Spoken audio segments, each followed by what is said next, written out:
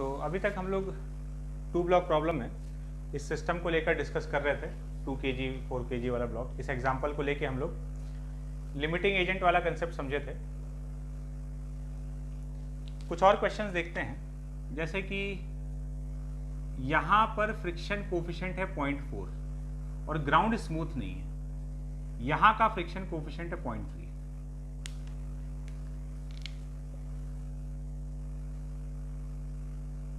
ये फोर्स लगाया जा रहा है, सवाल वही है कि मैक्सिमम कितना वैल्यू हो ताकि ये ब्लॉक स्लिप ना करे। अब दोनों सरफेस पर फ्रिक्शन है, सबसे पहला काम तो हम लिमिटिंग फ्रिक्शन का वैल्यू निकाल कर रख लेते हैं। FS1 मैक्स, ऊपर वाले सरफेस को हम 1 बोल रहे हैं, इसको 2 बोल रहे हैं, ठीक है। तो यहां पर मैक्सिमम फ्रिक्शन कितना है, तो 0.4 × 2 × 10 8 न्यूटन।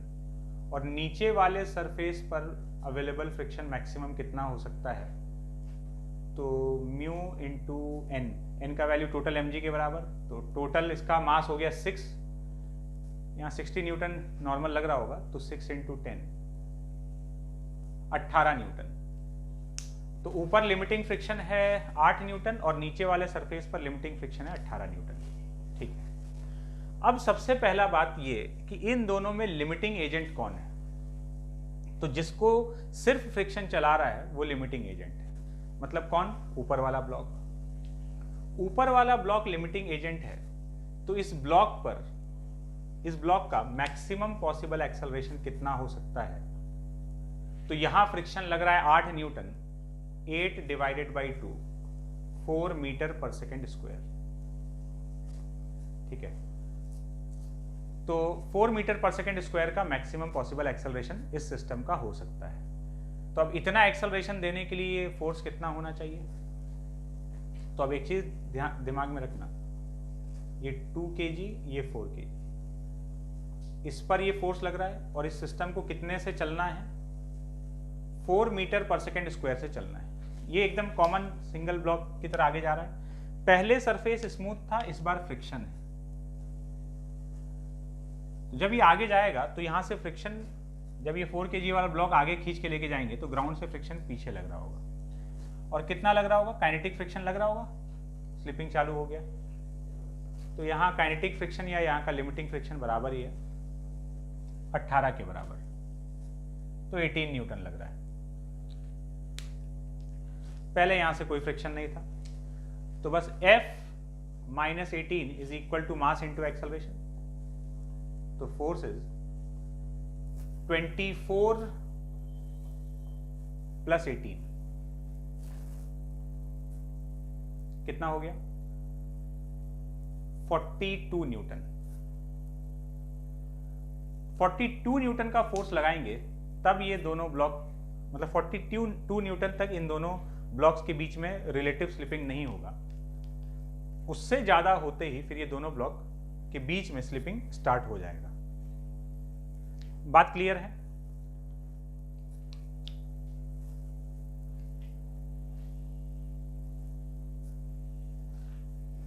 अब थोड़ा क्वेश्चन चेंज करते हैं।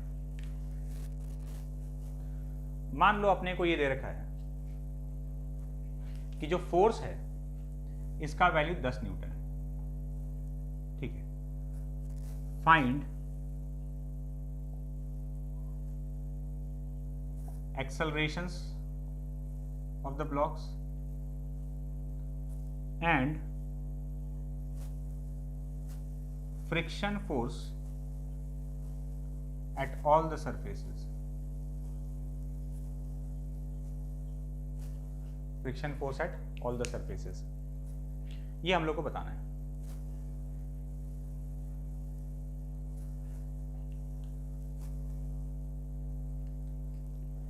तो अब देखो 10 न्यूटन का फोर्स लगा रहा है। सबसे पहला बात तो ये है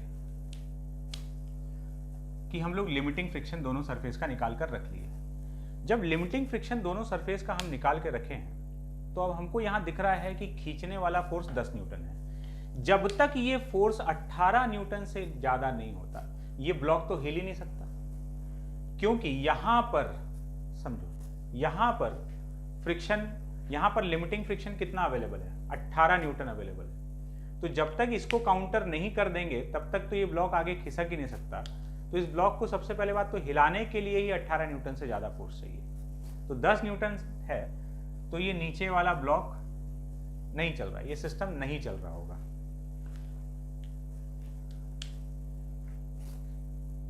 तो अब अगर FBD देखा जाए, समझ में, इस पर 10 न्यूटन लग रहा है, तो इसको रोकने के लिए ये चाहेगा कि ग्राउंड से स्लिपिंग ना हो। तो ग्राउंड से अगर स्लिपिंग ना हो तो इसको रोकने के लिए यहां से फ्रिक्शन ऑफर हो गया 10 न्यूटन का, इतना लग सकता है। तो बस ये ब्लॉक रुका हुआ है। और इस सरफेस पर अगर कोई बात करे तो जब ये चल ही नहीं रहा है तो इसको भी नहीं चलाना चाहेगा, है ना। तो यहां पर स्लिपिंग का टेंडेंसी ही नहीं है। क्यों? क्योंकि जब हम इस ब्लॉक पे 10 न्यूटन लगाए तो ग्राउंड 10 न्यूटन लगा के इसको स्टेशनरी बनाए हुए हैं। तो जब ये आगे जाना ही नहीं चाह रहा है तो इन दोनों के बीच में स्लिपिंग का टेंडेंसी नहीं है, यहां फ्रिक्शन का रिक्वायरमेंट ही नहीं है। इस सरफेस पर फ्रिक्शन 0, 2 kg और 4 kg के बीच में कोई फ्रिक्शन नहीं लग रहा होगा। हाँ, जिस मोमेंट पर ये 4 kg खिसकना स्टार्ट होगा तो जैसे ही आगे बढ़ना चालू होगा तब ये 2 kg को अपने साथ में लेके जाएगा, तब फ्रिक्शन का रिक्वायरमेंट आएगा। तो फिलहाल अगर हमसे पूछा जाए कि फ्रिक्शन क्या लग रहा है तो 0। चलो इसी को पलट देते हैं। 10 न्यूटन का फोर्स ऊपर वाले पर लगा दिया गया। अब अगर हमसे पूछा जाए कि क्या एक्सेलरेशन है दोनों का और क्या फ्रिक्शन एक्ट कर रहा है, तो देखते हैं। यहां का लिमिटिंग फ्रिक्शन है 8 न्यूटन और यहां का है 18 न्यूटन। तो देखना हो क्या रहा होगा। तुम चाहो तो इसको पॉज करके सोचो एक बार क्या हो रहा होगा। तुम एकदम अब आराम से केपेबल हैं हम लोग समझने के लिए हर एक टाइप का प्रॉब्लम कि क्या कर सकते हैं। तो पॉज करके इसको बना सकते हो कि क्या हो रहा होगा। हम लोग सॉल्व करते हैं इसको। देखो 10 न्यूटन इस पर लगाए ना,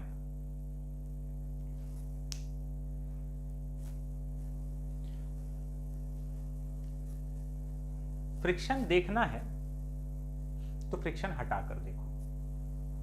ठीक, तो फ्रिक्शन हटाकर देखते हैं क्या हो रहा है। ग्राउंड पे फ्रिक्शन है, एक बार यहां से हटा के देखते हैं। इन दोनों के बीच में खाली फ्रिक्शन गायब कर दिया तो क्या होता, ये आगे भाग जाता, ये यहीं रह जाता। तो इसको रोकने के लिए फ्रिक्शन पीछे लगेगा, इस पर आगे लगेगा F1। और जब इस पर आगे लगेगा, ये ब्लॉक आगे जाना चाह रहा है, तो इसको रोकने के लिए ग्राउंड से फ्रिक्शन कहां लगेगा, पीछे, ये F2। ये तो डायरेक्शंस हो गया। फ्रिक्शन देखना है तो फ्रिक्शन हटाकर देखे एक एक करके। पहले ग्राउंड में था फ्रिक्शन, यहां हटाए, यहां हटाए तो समझ में आया कि अरे ये तो आगे निकल जाएगा, तो इसको रोकने के लिए पीछे, इस पे आगे। फिर इस पे फ्रिक्शन आगे लग रहा है, अगर यहां फ्रिक्शन नहीं होता तो ये आगे निकल जाता F1 के कारण, तो इसको रोकने के लिए फ्रिक्शन पीछे। अब नीचे वाला ब्लॉक तो कभी चल ही नहीं सकता। क्यों? क्योंकि इसका मैक्सिमम वैल्यू कहां तक जा सकता है, 8 न्यूटन तक, और इसका कितना तक जा सकता है, 18 न्यूटन तक। अगर ये 4 न्यूटन लग रहा होगा तो ये भी पीछे 4 न्यूटन लग जाएगा, ये 5 लगेगा तो ये भी 5 लग के रोक देगा, स्लिपिंग रोकेगा। अगर ये 8 लग गया तो ये भी 8 लग जाएगा, और 8 से ज्यादा ये जा ही नहीं सकता। तो ये F2 तो हमेशा ताकतवर है, तो अगर ये इधर स्लिप करना चाहेगा, F1 इसको इधर खींचना चाहेगा, तो ये नहीं जाने देगा, ये रोक सकता है। लेकिन क्या ऊपर वाले ब्लॉक को फ्रिक्शन रोक सकता है? यहां 10 न्यूटन लगा रहे हैं और ये ज्यादा से ज्यादा कितना लग सकता है, 8 न्यूटन। तो 2 kg वाला ब्लॉक नहीं रुकने वाला है। 2 kg वाले ब्लॉक पर तो भाई ये F1 जो लग रहा है इसका वैल्यू 8 हो गया, ये 8, ये लिमिटिंग वैल्यू पहुंच चुका है, ये भी 8। तो बस ये खिसकना चालू कर देगा, है ना। ये 10 तक नहीं जा सकता। अगर ये और ज्यादा जाता तो, जैसे इसका वैल्यू 10 लगा रहे हैं, ये लिमिटिंग 8 तक जा सकता था। स्लिपिंग रोकने के लिए 10 का रिक्वायरमेंट है, लेकिन 10 तो ये लग ही नहीं सकता ना, तो बस ये स्लिपिंग ऊपर वाला होने लग गया। तो फ्रिक्शन यहाँ पर भी 8 न्यूटन एक्ट कर रहा है इन दोनों के बीच में, इसके और ग्राउंड के बीच में भी 8 न्यूटन। इसका एक्सेलरेशन 0 है और इसका एक्सेलरेशन आगे की तरफ है कितना, तो नेट फोर्स हो गया 10 - 8 अपॉन मास। तो इस सिस्टम का नेट एक्सेलरेशन आ जाएगा 1 मीटर पर सेकेंड स्क्वायर। तो फ्रिक्शन का कहीं पे भी अगर हम लोग डायरेक्शन देख रहे हैं तो हम हर बार उस बात को फॉलो कर रहे हैं, क्या कि फ्रिक्शन देखना है तो फ्रिक्शन हटाकर देखो। बात क्लियर है? और कुछ प्रॉब्लम्स देखते हैं।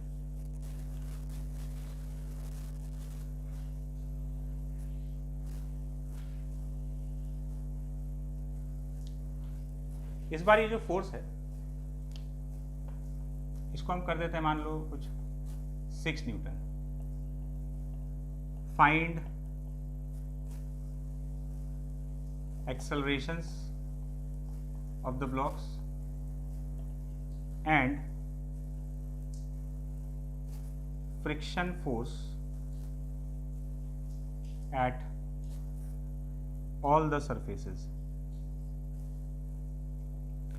हर एक सरफेस पे लगने वाला फ्रिक्शन सॉल्व करते हैं।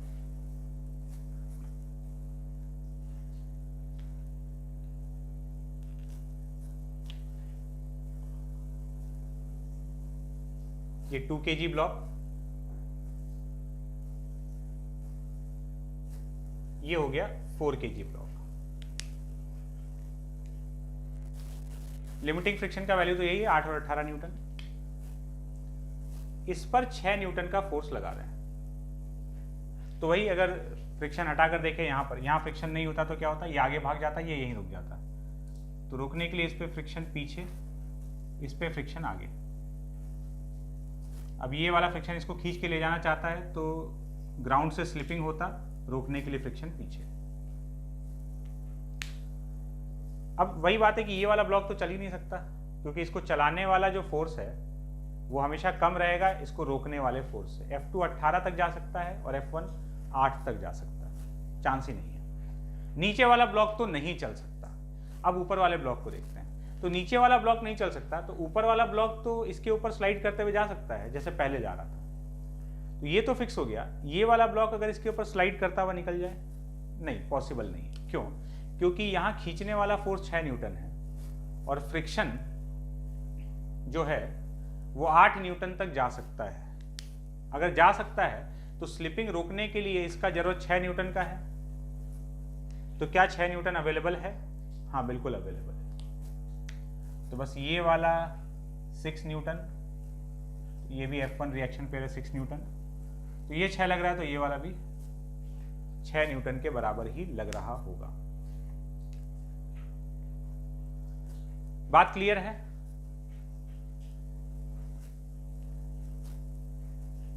चलते हैं आगे।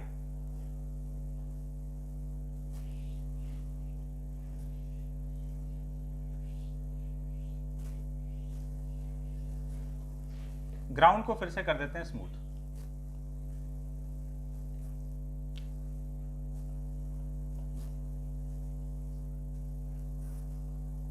दोनों ब्लॉक पर लगा देते हैं force.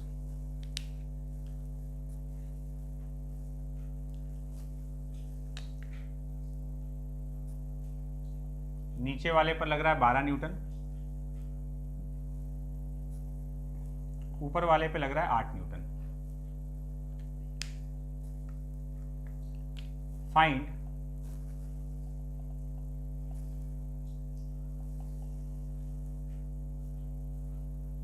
accelerations of the blocks and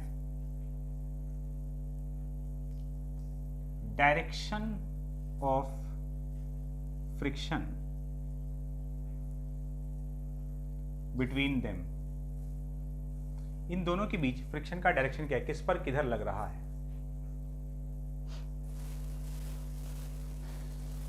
हालांकि एक्सेलरेशन कैलकुलेट करने के लिए हमको ये बात तो समझना ही पड़ेगा फ्रिक्शन का डायरेक्शन क्या है। यहाँ मेन बात यही है कि फ्रिक्शन किस पर कैसे एक्ट कर रहा होगा। चलो हम तुमसे सबसे पहले यही सवाल पूछते हैं, अगर तुमको ये डायग्राम देकर पूछा जाए, एक सरफेस पर ही फ्रिक्शन लग रहा है, फ्रिक्शन का लिमिटिंग वैल्यू जरूरत हो चाहे नहीं हो हम लोग निकाल कर रखें 8 न्यूटन है।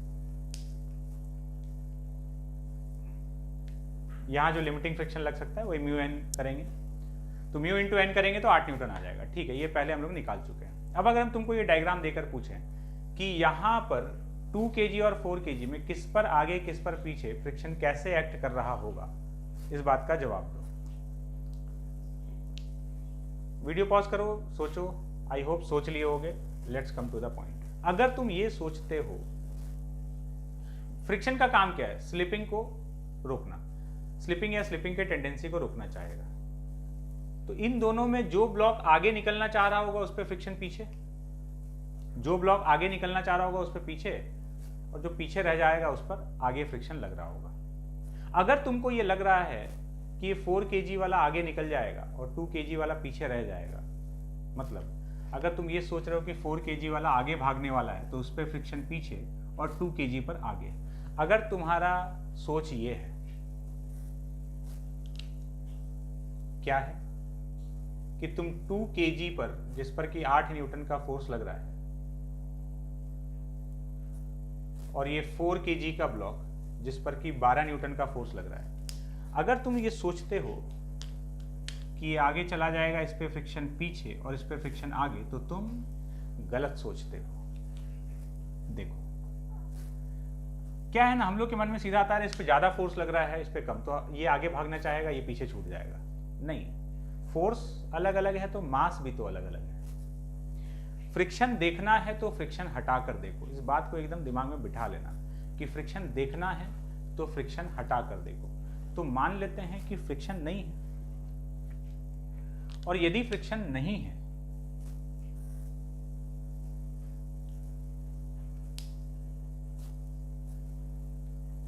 तो बिना फ्रिक्शन के इसका एक्सेलरेशन देखना। अगर फ्रिक्शन नहीं होता तो ये कितने से भागना चाहता, मान लो फ्रिक्शन है ही नहीं दोनों के बीच में, तो 8/2 है ना। ये हम लोग तब मान रहे हैं फ्रिक्शन देखना है तो फ्रिक्शन हटा कर देख रहे हैं, है ही नहीं फ्रिक्शन, तो ये 4 के एक्सेलरेशन से भागता, और ये वाला 12/4 3 मीटर पर सेकेंड स्क्वायर के एक्सेलरेशन से भागता।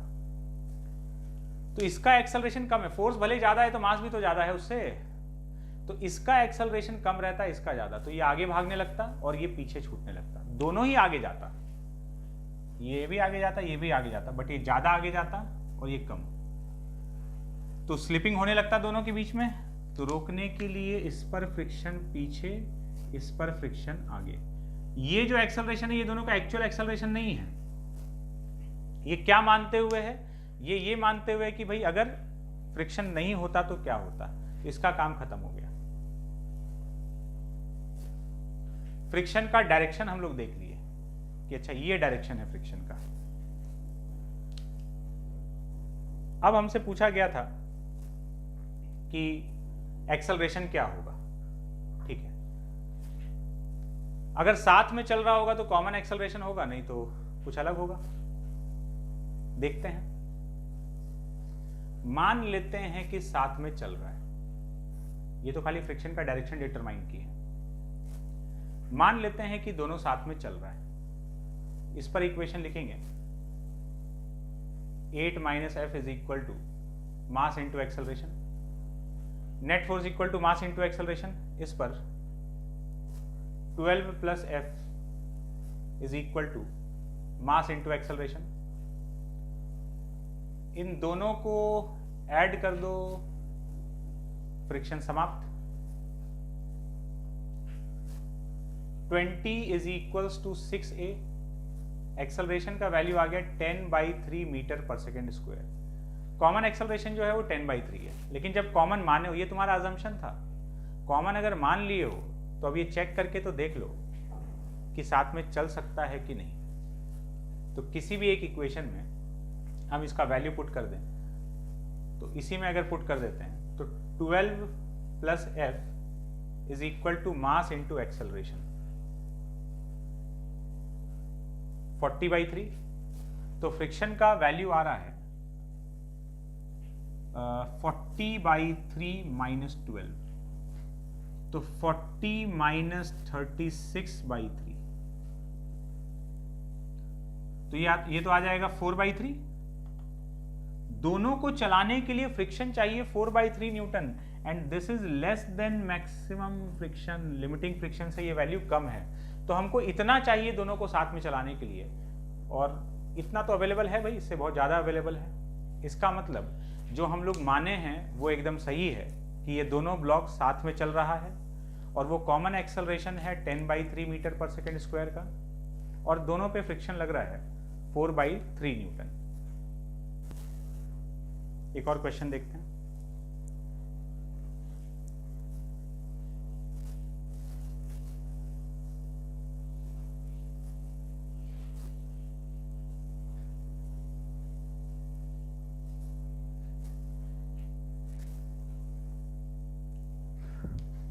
यहां पर यही सिस्टम है, और इस बार म्यू एस का वैल्यू है 0.4 और म्यू के का वैल्यू है 0.3। इस बार म्यू एस और म्यू के अलग अलग दिया हुआ है।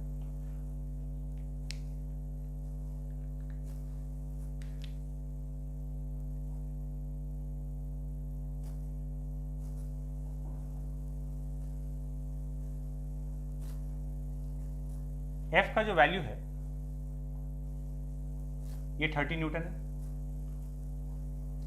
Find acceleration of the blocks, ये अपने को बताना है।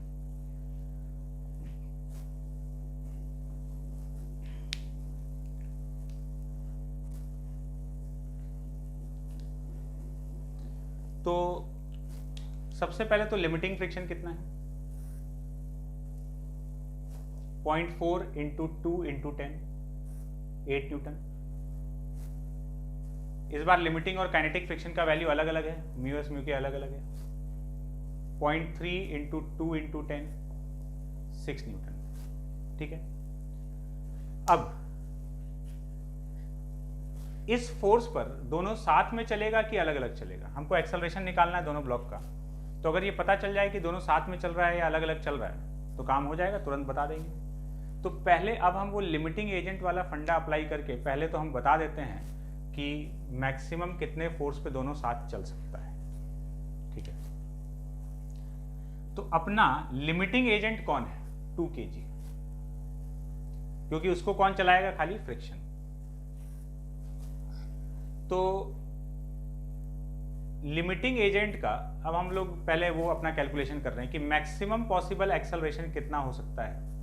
तो जो लिमिटिंग एजेंट का मैक्सिमम पॉसिबल एक्सेलरेशन होगा वही सिस्टम का मैक्सिमम पॉसिबल एक्सेलरेशन हो सकता है। तो इस पर अब लिमिटिंग फ्रिक्शन 8 न्यूटन है, काइनेटिक फ्रिक्शन 6 न्यूटन है, तो लिमिटिंग फ्रिक्शन 8 न्यूटन तक जा सकता है। ठीक है, तो मैक्सिमम पॉसिबल एक्सेलरेशन ऊपर वाले ब्लॉक को कितना मिल सकता है, 8/2, 4 मीटर पर सेकेंड स्क्वायर। तो ऊपर वाला ब्लॉक मैक्सिमम 4 से जा सकता है, तो बस इसी मैक्सिमम एक्सेलरेशन से ही सिस्टम मूव कर सकता है। तो सिस्टम का मैक्सिमम पॉसिबल एक्सेलरेशन 4 हो गया, तो F मैक्सिमम जो हो सकता है total mass into acceleration 6 into 4, ये पहले भी हम लोग कैलकुलेशन किए हुए, 24 न्यूटन। 24 न्यूटन तक स्लिपिंग नहीं होगा, और यहाँ तो 30 न्यूटन है, इसका मतलब स्लिपिंग हो रहा है। और अगर स्लिपिंग हो रहा है तो अब जो फ्रिक्शन है वो काइनेटिक हो चुका है।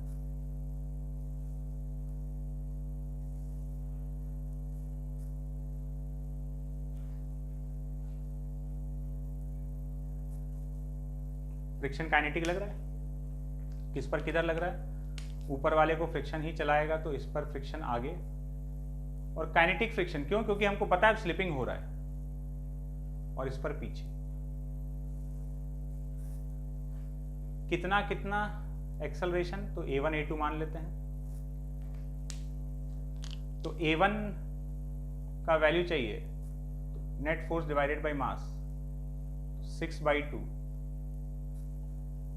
3 मीटर पर सेकेंड स्क्वायर, और इसका एक्सेलरेशन तो 30 माइनस 6, नेट फोर्स हो गया 30 माइनस 6 डिवाइडेड बाय 4, तो 24/4 6 मीटर पर सेकेंड स्क्वायर, इतना एक्सेलरेशन इसके पास होगा। तो ये दोनों का अलग अलग एक्सेलरेशन हो गया। तो ये अगर म्यू एस और म्यू के अलग अलग दे रखा है तो वैसा हम लोग एक प्रॉब्लम देख लिए। एक और क्वेश्चन देखते हैं।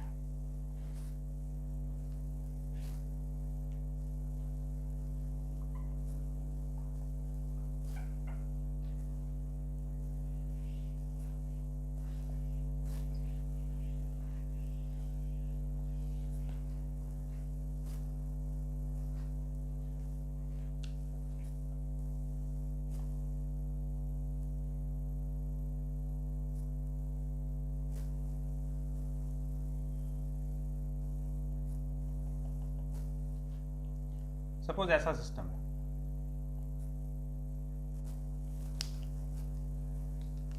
यहां पर फ्रिक्शन कोफिशिएंट 0.4 और यहां का फ्रिक्शन कोफिशिएंट 0.3, ग्राउंड इस बार स्मूथ नहीं है।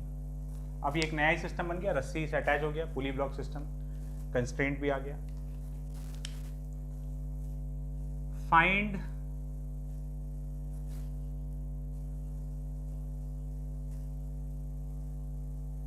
Maximum possible value of F so that there is no slipping anywhere, कहीं पर भी कोई स्लिपिंग ना हो, मतलब 2 kg 4 kg के बीच में भी, 4 kg और ग्राउंड के बीच में भी। ठीक है, तो अगर ये सिस्टम दे दिया अपने को, सॉल्व करते हैं इसको। देखो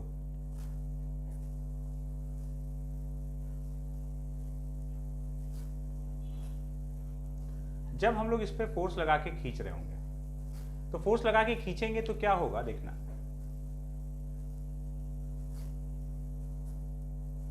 फोर kg वाला ब्लॉक आगे जाना चाहेगा। अच्छा, 4 kg वाला ब्लॉक अगर मान लो एक बार के लिए सपोज कि आगे चलने लगता है, तो क्या है ना कि दोनों रस्सी से कनेक्टेड है, रस्सी से कनेक्टेड है ना। तो अगर ये आगे जाएगा, अगर ये ब्लॉक आगे जाएगा तो इसको पीछे जाना पड़ेगा। इस बार सिचुएशन बदल गया, अब ये नॉर्मल 2 ब्लॉक प्रॉब्लम नहीं रहा, रस्सी से कनेक्ट हो गया। तो अगर ये आगे जाएगा तो इसको पीछे जाना पड़ेगा। ठीक है, तो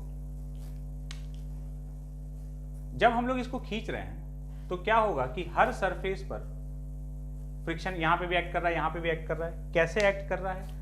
जब ये आगे जाना चाह रहा है तो इधर से फ्रिक्शन पीछे, इसको हम F2 नाम दे देते हैं।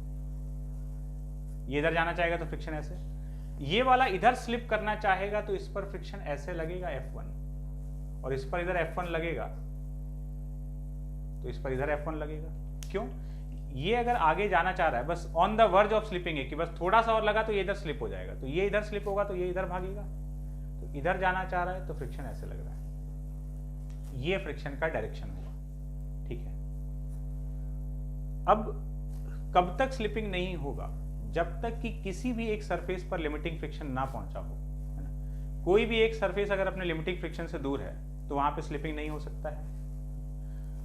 और एक बात समझना, स्लिपिंग यहां और यहां एक साथ होगा, मजबूरी है। क्यों?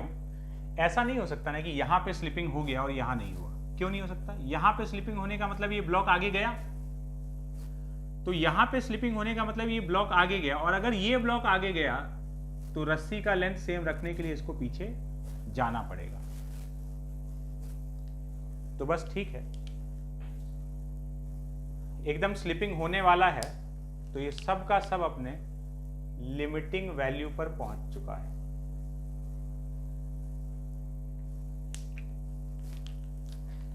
इस सरफेस को 1 बोल रहे हैं, तो FS1 मैक्स का वैल्यू कितना है? 8 न्यूटन, एंड FS2 मैक्स का value mu into mg, total mg हो गया 60, तो 18 Newton.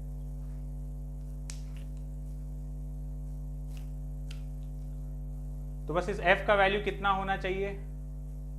T plus F1 max plus F2 max, और t किसके बराबर है, देखो यहां से t is equals to F1 max, तो F is equals to t का वैल्यू यहां रख देंगे F1 max plus F1 max plus F2 max। तो यहां से इस फोर्स का वैल्यू हो गया 2F1 max plus F2 max। F1 का मैक्सिमम वैल्यू 8 है, तो 2 इंटू 8 प्लस 18, तो 16 प्लस 18, तो ये हो जाएगा 34 न्यूटन। 34 न्यूटन फोर्स अगर हम लगाते हैं तब तक कोई कहीं पे स्लिपिंग नहीं हो रहा होगा, उससे ज्यादा लगते ही ये पीछे और ये आगे भागना स्टार्ट हो जाएगा। तो यहां पर ये सिस्टम एकदम अलग हो गया, जैसे ही रस्सी लगा ना, वरना क्या होता था, ये रस्सी नहीं होता तो हम इसको आगे खींच रहे तो ये भी साथ में आगे जाता, अब सिस्टम ही बदल गया, ये आगे जाएगा तो ये पीछे भागेगा। तो अब अगर फोर्स इससे कम होता या इसके बराबर तक है तो स्लिपिंग नहीं होगा, और इससे ज्यादा हो जाएगा तो स्लिपिंग स्टार्ट हो जाएगा। तो यहां पर अपना 2 ब्लॉक्स प्रॉब्लम का बात खत्म होता है। तो अब अगले क्लास से हम लोग बात करेंगे, नेक्स्ट क्लास में हम लोग बात करने वाले हैं सर्कुलर मोशन पर, सर्कुलर मोशन का डायनेमिक्स वाला पोर्शन। ठीक है, सर्कुलर मोशन का 3 पार्ट में हम लोग उसको बांटे हुए हैं, काइनेमेटिक्स वाला पोर्शन, डायनेमिक्स एंड एनर्जी। तो काइनेमेटिक्स के लास्ट में हम लोग उसका काइनेमेटिक्स वाला पोर्शन देखें। अब लॉज ऑफ मोशन अपना बात कंप्लीट हो चुका है, अब इसके अंत में हम लोग सर्कुलर मोशन का डायनेमिक्स वाला पार्ट देखने वाले हैं। तो अगले क्लास से हम लोग वही स्टार्ट करेंगे।